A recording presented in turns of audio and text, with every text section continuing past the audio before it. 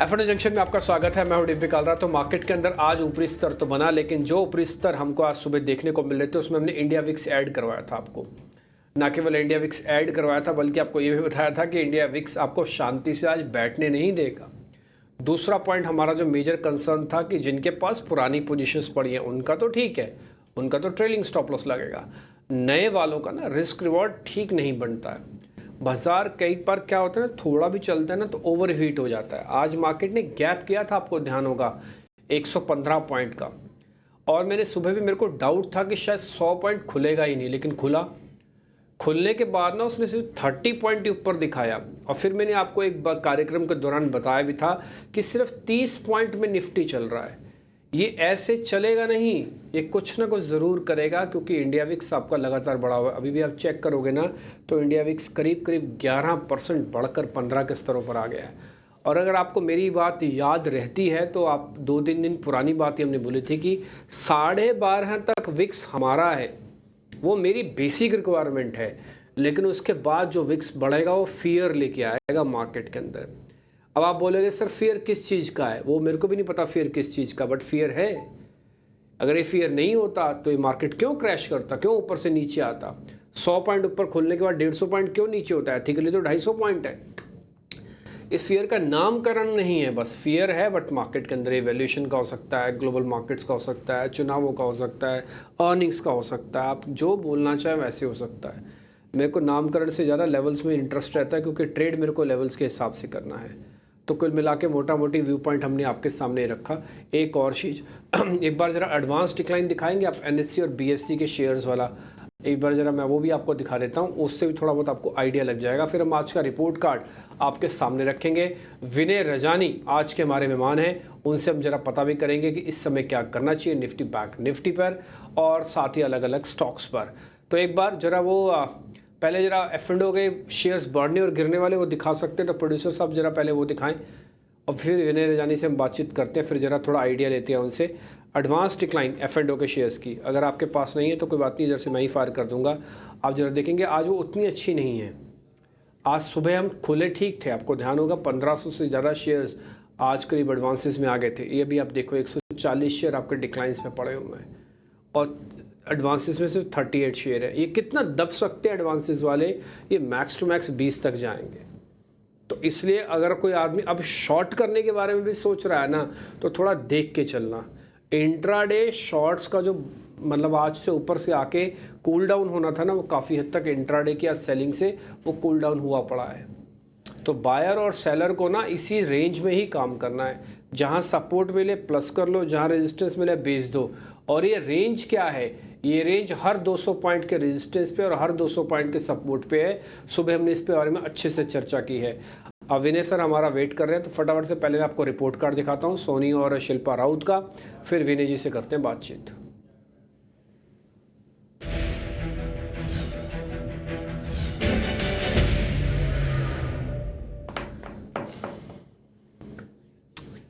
तो शिल्पा राउत का report card और सोनी पटनायक का रिपोर्ट कार्ड आएगा आपकी स्क्रीन पे। पहले शिल्पा राउत को दिखाते हैं। ओरेकल 8000 की कॉल दी थी आपको, ओरेकल फाइनेंस OFSS लिखा हुआ था, 20% का गेन। उन्होंने कल दूसरा ट्रेड जो अपनी ही कॉल दी थी वो थी UBL की, आपको ध्यान होगा 10% का गेन, वापस 60 रुपये आपको दी गई थी। ठीक, तो दोनों में से आपने मोटा मोटी गेन पाया, यानी कि आप पैसे लेके आए हैं बाजार के अंदर। और ये तो तब है जब हम 12 से 12 कैलकुलेट कर रहे हैं। अगर मैं शायद बाजार की गिरावट से थोड़ा पहले कैलकुलेशन करता और परसेंटेज में मेरे को गेन ज़्यादा मिलता। उसके अलावा सोनी पटनायक के पास आते हैं, उन्होंने टाटा स्टील बोला 1.5% का गेन। उनके अपने रिकमेंडेशन थे टाटा मोटर्स दूसरा शेयर था 1% का गेन। यानी कि जो हमने शेयर पूछे उनमें से कोई अच्छा वैसा ट्रेड नहीं, धमाका नहीं कर पाया। लेकिन उन दोनों के जो अपने ट्रेड्स थे जो उन्होंने हमको ट्रेडिंग कॉल्स में कन्वर्ट करके दिए थे, उसका बेनिफिट आपको ज़रूर मिला होगा। तो इन दोनों का रिपोर्ट कार्ड हमने आपके सामने रख दिया। और आज के जो मेहमान विनय रजानी है, उनका भी शेयर्स का सिलेक्शन काफ़ी अच्छा है। मैं बोलूँगा काफ़ी बेहतरीन तरीके से वो मार्केट को स्टडी करते हैं और पक्के शेयर ढूंढते हैं। ये जो मार्केट के अंदर वॉलिडिटी आती है ना, जॉल्ट लगते हैं, इस जॉल्ट को अच्छे से एब्जॉर्ब कर जाता है। विनय भाई बहुत बहुत शुक्रिया, थैंक यू वेरी मच समय देने के लिए। पहले तो जरा निफ्टी और बैंक निफ्टी पे आपका व्यू पॉइंट लूँगा। देखिए बाजार ना 100 पॉइंट ऊपर जाता है ना, तो उसको एक प्रॉब्लम आ गई है, वो है हीटिंग की, वो हीट होने लग जाता है। ऐसा नहीं कि बाजार ख़राब है, बाजार में किसी तरह की कोई प्रॉब्लम है, बस थोड़ा हीटिंग की प्रॉब्लम आ रही है। एक तो ज़रा ये बताइए कि हमको ट्रेड कैसे करना है, निफ्टी और बैंक निफ्टी का अलग अलग बताइएगा। जी, तो पहले निफ्टी की बात करें तो 19 अप्रैल को हमने निफ्टी का स्विंग लो बनते हुए देखा था 21,777 का, और वहाँ से रिकवर होके आज के सेशन में हमने निफ्टी को ऑल टाइम हाई बनाते देखा 22,794 के करीबन। तो मोर देन 1000 पॉइंट की जो रैली आई है उसके बाद थोड़ा प्रॉफिट बुकिंग शुरू हुआ है। हालाँकि ऐसे कोई क्यूज़ नहीं दिख रहे इंटरनेशनल मार्केट से या ग्लोबल फ्रंट से कि जो मार्केट को रीज़न दे गिरने का, लेकिन ये नॉर्मल एक रनिंग करेक्शन लग रहा है आफ्टर 1000 पॉइंट रैली। तो 1000 पॉइंट की रैली के बाद एक नॉर्मल करेक्शन आता है, तो सभी हम फिबोनाची रिट्रेसमेंट के लेवल्स देखते हैं। तो मुझे लग रहा है कि 38.2% रिट्रेसमेंट एक इम्पोर्टेंट सपोर्ट के तौर पे निफ्टी में काम कर सकता है। तो जो पूरी 1000 पॉइंट की जो रैली आई है उसका 38.2% रिट्रेसमेंट 22,406 पे आता है। तो करीबन-करीबन वहाँ तक का करेक्शन हम एक्सपेक्ट कर सकते हैं।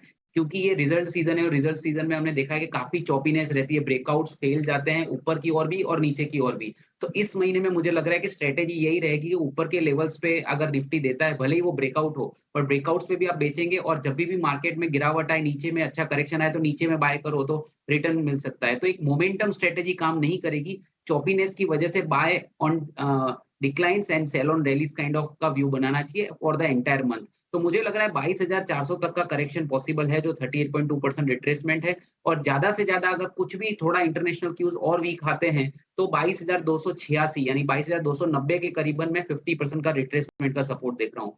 तो बाय ऑन डिप्स की रणनीति है आज के सेशन के, भले ही इंट्राडे बाउंस आए, लेकिन ओवरऑल नेक्स्ट 2-3 दिनों में मुझे ऐसा लग रहा है कि निफ्टी 22,400 22,300 तक के लेवल्स तक आ सकता है। उस लेवल से आप बाय करेंगे तो रिस्क रिवॉर्ड रेशियो ज़्यादा फेवरेबल रहेगा। प्राइमरी ट्रेंड अभी भी पॉजिटिव है, थोड़ा करेक्शन पॉसिबल है, तो 100-150 पॉइंट की गिरावट मैं एक्सपेक्ट कर रहा हूँ। और जहाँ तक बैंक निफ्टी की बात करें, तो बैंक निफ्टी में जो नीचे के लेवल से रिकवरी हुई थी, तो करीबन 4,500 पॉइंट की रिकवरी देखी है हमने पिछले 10 से 12 सेशन में, और उसका जो 38.2% रिट्रेसमेंट है वो 48,700 के आसपास आता है। तो कहीं एक स्ट्रॉन्ग सपोर्ट बोल सकते हैं 38.2%, और अगर डीप सपोर्ट देखें तो 48,300 का। तो ये 48,300 से 48,700 ये एक बाइंग रेंज बन जाती है जहाँ पे एक स्ट्रॉन्ग सपोर्ट दिख रहा है। तो बाय ऑन डिप्स की रणनीति रखिए, आज का जो करेक्शन है कल भी स्पिल ओवर हो सकता है और थोड़ा एक्सटेंड हो सकता है।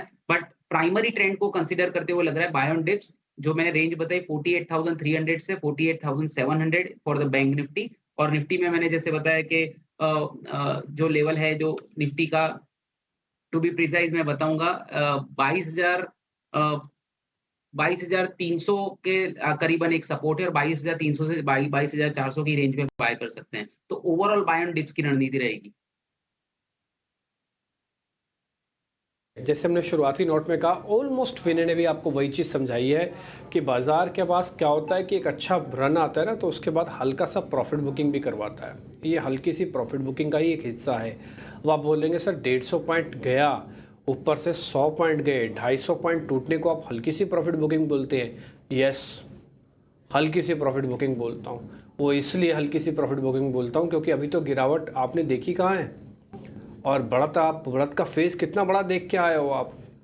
ये 21,800 का था, इस साल के अंदर आपने 21,800 भी देखा हुआ है, और इस साल के अंदर आपने 22,800 भी देखा हुआ है, और आपने इसके नीचे के लेवल्स भी देखे हुए होंगे। तो बाज़ार के अंदर अगर तेज़ी आती है ना, तो गिरावट भी उसी तर्ज पर आती है। लेकिन फ़िलहाल के लिए अभी ऐसा लगता नहीं है, ना ही डाटा है, ना ही कोई प्रॉब्लम है, ना ही कोई स्ट्रक्चरल क्रैकडाउन दिख रहा है। ये एक रूटीन एक्सरसाइज है जो हो रही है सिस्टम में। 22,300 के आसपास का एक स्टॉप लॉस ले, मैं तो बोलूँगा 350 के आसपास अगर आपको प्लस करने का मौका मिलता है तो आप रखिएगा ज़रूर।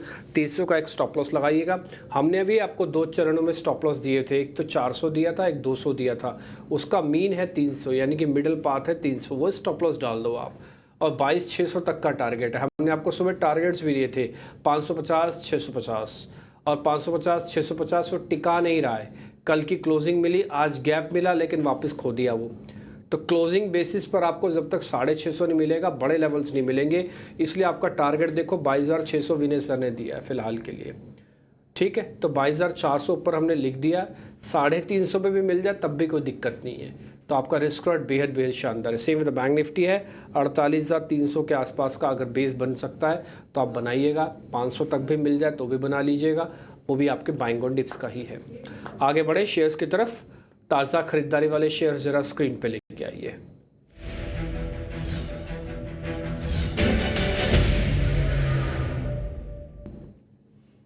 तो दो शेयर हमने निकाले विनय सर। पहला तो है बजाज फिनसर्व और दूसरा है ग्रासिम। आज बजाज ग्रुप में तेज़ी इसलिए, आपको पता है बजाज फाइनेंस को लेकर पॉजिटिव खबर आई है, उसका सिर्फ रब ऑफ इफेक्ट है, ये 1% है।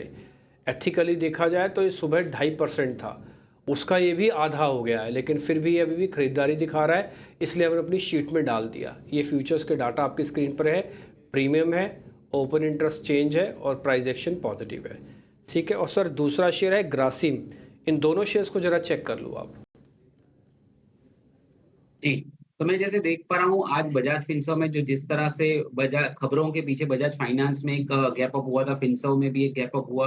पर जो हाई बने वो दिन के जो सुबह का 10 मिनट का जो हाई था वही हाई बन गया एक दिन का, और वहां से एक सिग्निफिकेंट सेलिंग देखी है। हालांकि ये पोजिशनली ट्रेंड पॉजिटिव बोल सकते हैं, हालांकि इंट्राडे फॉल आने के बाद पोजिशनल ट्रेंड चेंज नहीं होता है, बट खबरों के दम पे जब भी इस तरह की पोजीशन बनती है तो प्रॉफिट बुकिंग आता है और बाद में 2-3 दिन ठंडा रह के वापस से बढ़ सकता है। तो एक चॉपीनेस सी क्रिएट हो गई है, तो इधर कोई ट्रेड नहीं बन रहा है। मुझे लग रहा है कि अगर खबरों के दम पे इस तरह से गैप अप होना और उसके बाद जो गिरना, तो ओवरऑल एक choppiness for the traders create हो गई है। जहाँ तो मैं इसको इग्नोर करना चाहूँगा लॉन्ग साइड पे, थोड़ा वेट करें, थोड़ा वापस से स्टेबल होने का स्टॉक ट्राई करेगा तब हम देखेंगे लॉन्ग साइड पे। पर ग्रासिम का चार्ट मैं जिस तरह से देख रहा हूँ, ग्रासिम एक स्लो एंड स्टेडीली कंटिन्यूअस एक न्यू हाई बनाते जा रहा है और मार्केट के फॉल का इसका बिल्कुल असर नहीं हो रही है। तो एक स्टेडी स्टॉक है, एक स्ट्रॉन्ग स्टॉक है, एक रेजिलिएंट स्टॉक है, उसमें डेफिनिटली नीचे के स्तर से हम लॉन्ग कर सकते हैं। तो यहाँ पे लॉन्ग की एक गुंजाइश है, वहाँ अभी जो स्टॉक है 2469 के लेवल पे ट्रेड कर रहा है। थोड़ा बहुत 1-2% का करेक्शन आता है तो डेफिनिटली इसको कंसीडर कर सकते हैं। तो 2420 2430 के करीबन आता है तो आप लॉन्ग कर सकते हो with a stop loss of let's say 2300, और एक ट्रेलिंग स्टॉप लॉस से आप इसके टारगेट्स के तौर पे ध्यान रख सकते हो। तो इन दोनों में से मुझे ग्रासिम ठीक लग रहा है, बट थोड़े करेक्शन पे करीबन 2% का करेक्शन आता है 2420 2430 पे, तो आप लॉन्ग कर सकते हो with a stop loss of 2300, और अल्टीमेटली आप इसमें 150 से 200 रुपए की अपसाइड देख सकते हैं फॉर नेक्स्ट 1 वीक। तो ग्रासिम में स्लो एंड स्टेडी प्लेयर लग रहा है, ऐसे मार्केट में आउट परफॉर्म कर सकता है। ठीक है, तो ऑलमोस्ट ग्रासिम पे ही आके बात बन रही है। ग्रासिम के लेवल्स आपकी स्क्रीन पर आ गए। 24-20 के आसपास पकड़ना आपको, 30-40 रुपये नीचे आ जाने दो। 2600 का बड़ा टारगेट आपको मिल जाएगा, 2300 का स्टॉप लॉस है, तो रिस्क रिवॉर्ड काफ़ी अच्छा हो जाएगा। थोड़ा पोजिशनली रखना इसको सीरीज़ के हिसाब से। इस सीरीज़ में जो रोल ओवर हो क्या है सीमेंट का, वो अच्छा है, स्ट्रक्चर ठीक है, सीमेंट के दाम बढ़े हुए हैं, मार्केट के अंदर इलेक्शंस के बाद हो सकता है एकदम से फिर से मांग आ जाए, तो एक ग्रासिम इंडस्ट्रीज़ उसी का एक सूचक भी है। 2600 का आपका टारगेट है, 2300 आपका एक स्टॉप लॉस है, 24-20 के आसपास रेट है। दूसरा शेयर था हमारा बजाज फिनसर्व, वो खबर के चलते थोड़ा ऊपर था, आज उतनी पावर वापस जनरेट नहीं कर रहा है। ऑल दो डाटा ठीक है बट ट्रेडेबल नहीं है, तो आपको ट्रेड करके बेनिफिट नहीं होगा। ट्रेड होना अलग है, नंबर्स दिखना अलग बात है। तो जो ग्रासिम के अंदर दिखा वो बजाज फिनसर्व के अंदर नहीं दिख रहा। छोड़ रहे हैं बजाज फिनसर्व को, अवॉइड का ठप्पा लगा दीजिए और ग्रासिम को चुन लेते हैं हम। तो ग्रासिम के लेवल आपकी स्क्रीन पर आ गए, बजाज फिनसर्व पे ठप्पा लग गया है अवॉइड का। दो शेयर शॉर्ट कवरिंग के भी है विनय जी, जरा वो भी चेक करवा लेता हूँ मैं आपसे। फर्स्ट इज़ NMDC और दूसरा है इंडस टावर। एक बार इन दोनों शेयर्स को आप जरा चेक कर लो। First is NMDC, second is Indus Tower. Indus Tower का तो क्या कहना, आपने खुद देखा, आपकी खुद की भी कॉल्स रही हैं इंडस टावर पे। NMDC और देख लो आप, ये भी सीरीज का one of the best shares बताया जा रहा है।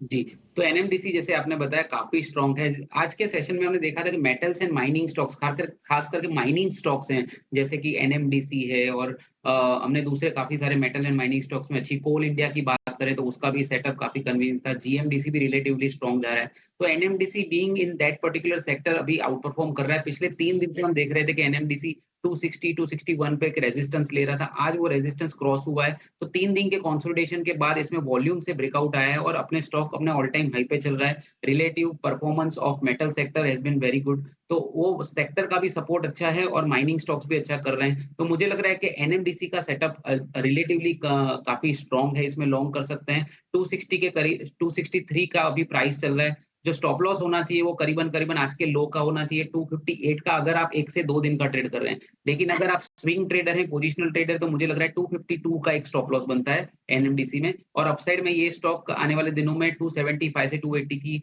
टारगेट्स दिखा सकता है। तो एनएमडीसी का सेटअप मुझे कन्विंसिंग लग रहा है लॉन्ग जाने के लिए। इंडस टावर जैसे आपने बात की, नो डाउट बहुत अच्छा सेटअप है, बहुत ही अच्छा परफॉर्म किया है, पर पिछले 10 दिन में हमने इस स्टॉक में एक ब्रेकआउट आते नहीं देखा है, बल्कि एक टाइट रेंज में ट्रेड कर रहा है, ऊपर की ओर 365 और नीचे की ओर करीबन 345। तो ये 20 रुपए की रेंज में 15-20 रुपए की रेंज में आके फँस गया है। जब भी ये स्टॉक रेंज में से ब्रेकआउट देगा तो डेफिनिटली इसको कंसीडर करेंगे। तो आई वुड रादर सजेस्ट कि आप इसको लॉन्ग करना चाहते हैं तो 365 के ऊपर जाता है इंडस टावर, तो इसमें एक फ्रेश पोजीशन बन सकती है क्योंकि इसका प्राइमरी ट्रेंड अप है। तो 365 के ऊपर जाए तो एक कंडीशनल बाय है with a stop loss of 348 और अल्टीमेटली ये स्टॉक 400 की और भी जा सकता है। तो पोजिशनल ट्रेंड अच्छा है लेकिन कंडीशनल बाय बनता है if you are a short term trader. ठीक है, डन। तो इंडस टावर के लिए फ़िलहाल अब अगर आप कन्विक्शन के साथ नहीं आना चाहते तो भले आप छोड़ भी सकते हैं, लेकिन जो दूसरा शेयर है एनएमडीसी, उस पर आप ज़रूर ध्यान रखिएगा। फिर भी हमने टारगेट स्टॉप लॉस आपके लिए दे दिए 365 के आसपास आपका इसमें रखना, एक राउंड की तेज़ी आ जाए। एनएमडीसी क्लीन शेयर है, 275 280 तक के टारगेट, 258 252 का स्टॉप है। ठीक है, एनएमडीसी आपने नोटिस कर लिया, इंडस टावर आपने नोटिस कर लिया, ग्रासिम आपने नोटिस कर लिया, बजाज फिनसर्व को हमने अवॉइड की लिस्ट में डाल दिया। 4 में से 3 शेयर्स के टारगेट और स्टॉप लॉस आपकी स्क्रीन पर आ गए हैं। कन्विक्शन में जो हाई है वो है ग्रासिम, दूसरा कन्विक्शन में जो हाई है वो है एनएमडीसी, और थर्ड नंबर पे आएगा आपका इंडस टावर। तो आपको हमने कन्विक्शन का लेवल यानी कि अपनी सोच का और अपने कॉन्फिडेंस का लेवल भी बता दिया। ठीक जी, तो ये तीनों शेयर आपने नोटिस कर लिए होंगे। तेज़ी वाले जो शेयर्स आपके सामने डिस्कस किए वो आपने नोटिस कर लिए होंगे। ग्रासिम है, एनएमडीसी है, इंडस टावर है, बैंक निफ्टी को लेकर भी बाइंग ऑन डिप्स है और निफ्टी को लेकर भी बाइंग ऑन डिप्स है। कुल मिला के जितने भी शेयर हैं वापस एक बार स्क्रीन पर दिखा देंगे ताकि आपसे कोई कन्फ्यूजन ना हो, कोई लेवल्स की मिस ना हो, ताकि आप उसको अच्छे से नोट कर पाएँ। ठीक है, अब जरा हम शॉर्ट्स की तरफ भी बढ़ेंगे तो फ्रेश शॉर्ट्स आज के ताज़ा बिक वाले शेयर्स आपकी स्क्रीन पर आ रहे हैं।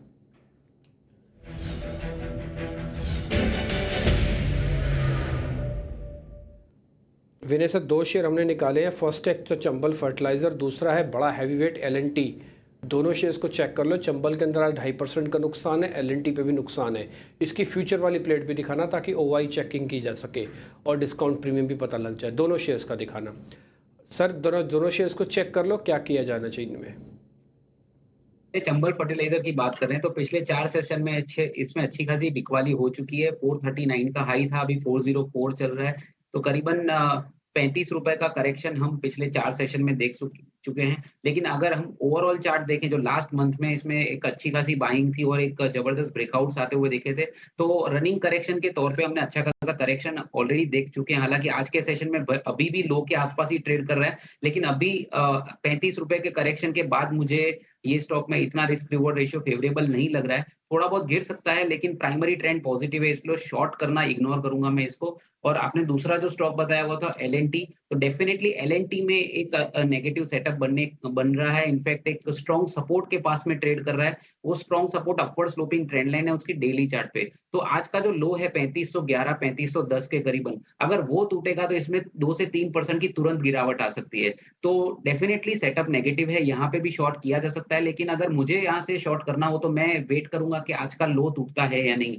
तो 3510 स्पॉट मार्केट में अगर एल&टी तोड़ता है, तो इसमें शॉर्ट की पोजीशन बन सकती है with a stop loss of 2% ऊपर की तरफ आप 3570 का स्टॉप लॉस रखिए उस केस में, और करीबन-करीबन आप 150 रुपए की डाउनसाइड देख सकते हैं और नेक्स्ट 2 से 3 सेशन में। तो इन दोनों स्टॉक में से मुझे कन्विक्शन सेल साइड पे एल&टी पे दिख रहा है और वो भी आज का लो तोड़ता है तो 3510 के लेवल के नीचे आप करीबन 3350 3360 के टारगेट देख सकते हैं और उस केस में आपका स्टॉप लॉस होना चाहिए 3570। ओके ठीक है, एल&टी पे आपको एक ट्रेड मिल गया, हमने लेवल्स आपके लिख दिए। 3510 के नीचे जाए तभी, अभी इसमें गुंजाइश है 20-25 रुपए की और अभी आपको छोड़ के चलना है। हाँ, ये सौदा तभी वैलिड माना जाएगा जब 3510 ब्रेक करेगा, उस केस में 3350 का टारगेट, 3570 का स्टॉप लॉस है। विनय सर, अपने जरा ट्रेडिंग कॉल्स दे दीजिए, उसके बाद समय बचेगा तो अनवाइंडिंग के 2 शेयर हैं, एलआईसी और ओबरॉय, उसके बारे में पता कर लेंगे अगर समय बचा तो। पहले अपनी ट्रेडिंग कॉल्स दीजिए आप।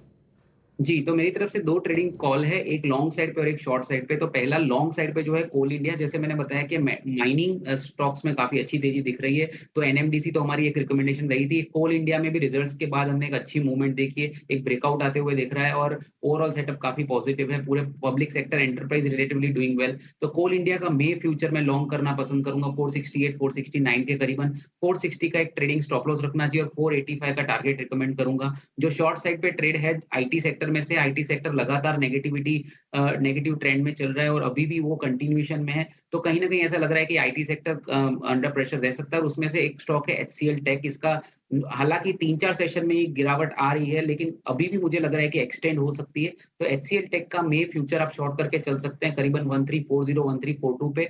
1368 का स्टॉप लॉस मैं रिकमेंड करूँगा और डाउन साइड में 1300 का टारगेट मैं एक्सपेक्ट कर रहा हूँ। तो एक लॉन्ग साइड कोल इंडिया और एक शॉर्ट साइड एचसीएल टेक मे फ्यूचर। ठीक है सर, बहुत बहुत शुक्रिया, थैंक यू वेरी मच। अच्छे से आपने सारे शेयर्स बताए। आपका रिपोर्ट कार्ड सर हम मंडे को दिखाएंगे अब दर्शकों को, ताकि आप को भी थोड़ा नोटिस हो पाए। Vinay sir thank you very much ये सभी के सभी ट्रेड बताने के लिए, बहुत बहुत शुक्रिया। फिलहाल इस कार्यक्रम से भी इतना ही, नमस्कार।